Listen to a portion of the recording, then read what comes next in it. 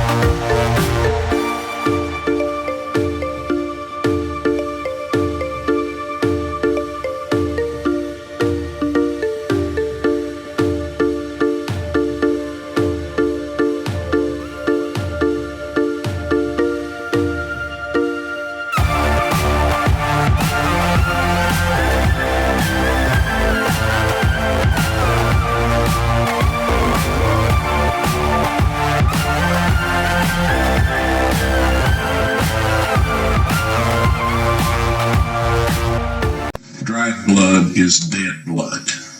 Everybody knows that, all right? They can test the blood of the pharaohs, the mummies and the pharaohs, all right? There's certain things they can do. They cannot get a chromosome count by any method I'm familiar with, all right? Things keep changing. I don't profess to know everything. However, there's no way I know that you can get a chromosome count out of dead blood. You can get DNA and some other things, but not a chromosome count, all right? That's done by living white blood cells.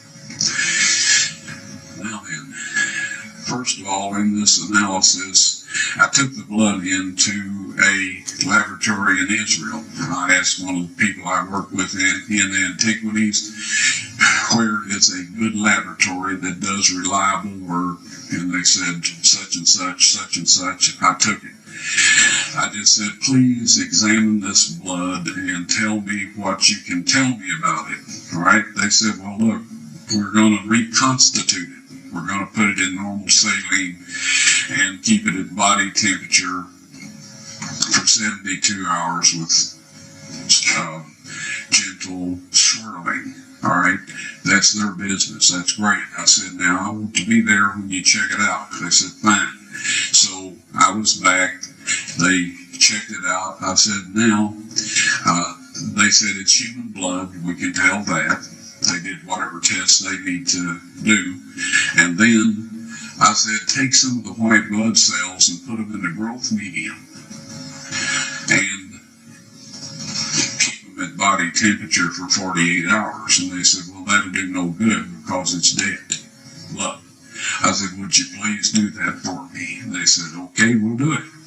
So anyway, I said, I want to be there when you take it out and examine it. So I was back there. They took it out, examined it under the microscope, and the one technician called the other one over there, and then they called the boss over there, and they were talking Hebrew a mile a minute there for a little bit, and they looked at me and they said, Mr. Wyatt, this human blood only has 24 chromosomes in it.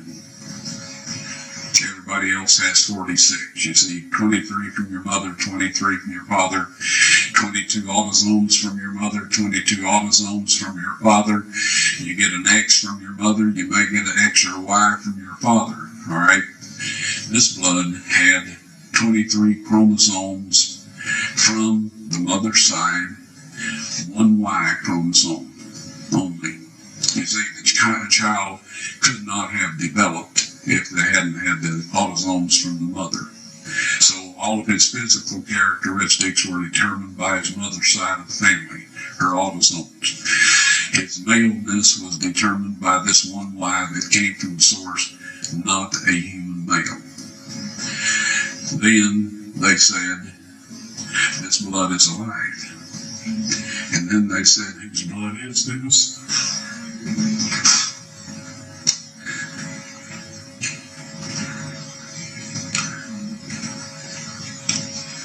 I said, it's the blood of your Messiah.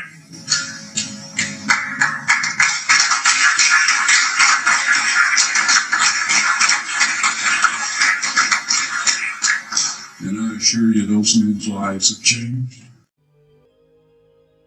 In early 2018, researchers in Rome unveiled a 3D carbon copy of what Jesus looked like, based on measurements of the Shroud of Turin. The Shroud of Turin is a 14-foot linen cloth that is believed to have wrapped the body of Jesus Christ after his crucifixion. The statue is a three-dimensional representation in actual size of the man of the shroud, created following the precise measurements taken from the cloth. Giulio Fanti, a professor of mechanical and thermal measurements and a scholar of the Shroud of Turin, used his own measurements of the impression on the shroud to create the carbon copy.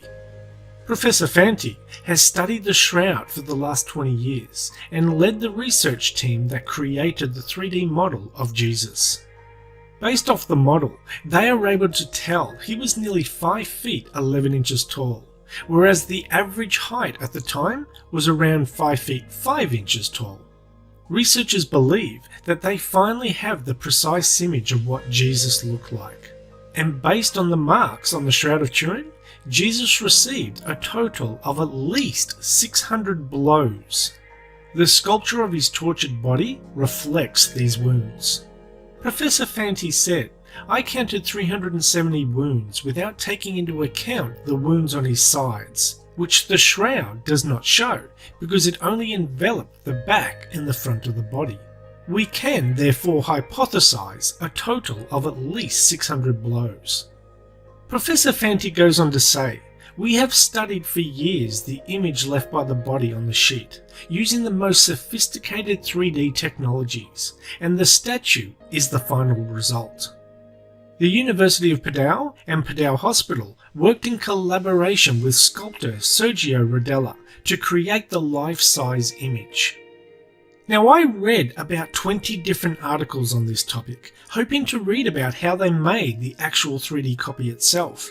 What technique or machine did they use? Did they sculpt it by hand, or did they use some kind of 3D printer? But not one article or video covers that information. However, I found another video from July 2017 of a 3D statue made out of bronze, and the statue itself is, from what I can tell from the video, identical to the 3D carbon copy statue, as his pose and marks on the body look the same. They explain the process in making the statue in the About section on that video, and this is what they said. The shroud is encoded with 3D information that is found from the spaces between the highest and lowest points of the body and its distance from the cloth. Recently, a VP8 analyzer that gives topographical information about the Moon and Mars terrain was used on the cloth. A 3D holographic image was formed of the face and body. An artist then used the exact dimensions of the 3D shroud image to create a bronze replica of the physical form of Jesus Christ. 2,000 years ago, the Gospels tell us the Roman Empire crucified Jesus of Nazareth. His battered body was then wrapped in a simple burial shroud. For centuries, many believed this 14-foot piece of linen was that cloth. A piece of fabric that is demonstrably hand-woven, containing a surface anomaly in the shape and form of a crucified man. The evidence of a scourged man who was crucified and who died of postural asphyxia and cardiopulmonary failure is clear-cut. can visually see these serum stains around the blood stains that were never visible until our team photographed the shroud with UV fluorescence photography approximately 2,000 years after this man ostensibly was killed. Dr. Alan Wang has studied that and found that the blood type is type AB.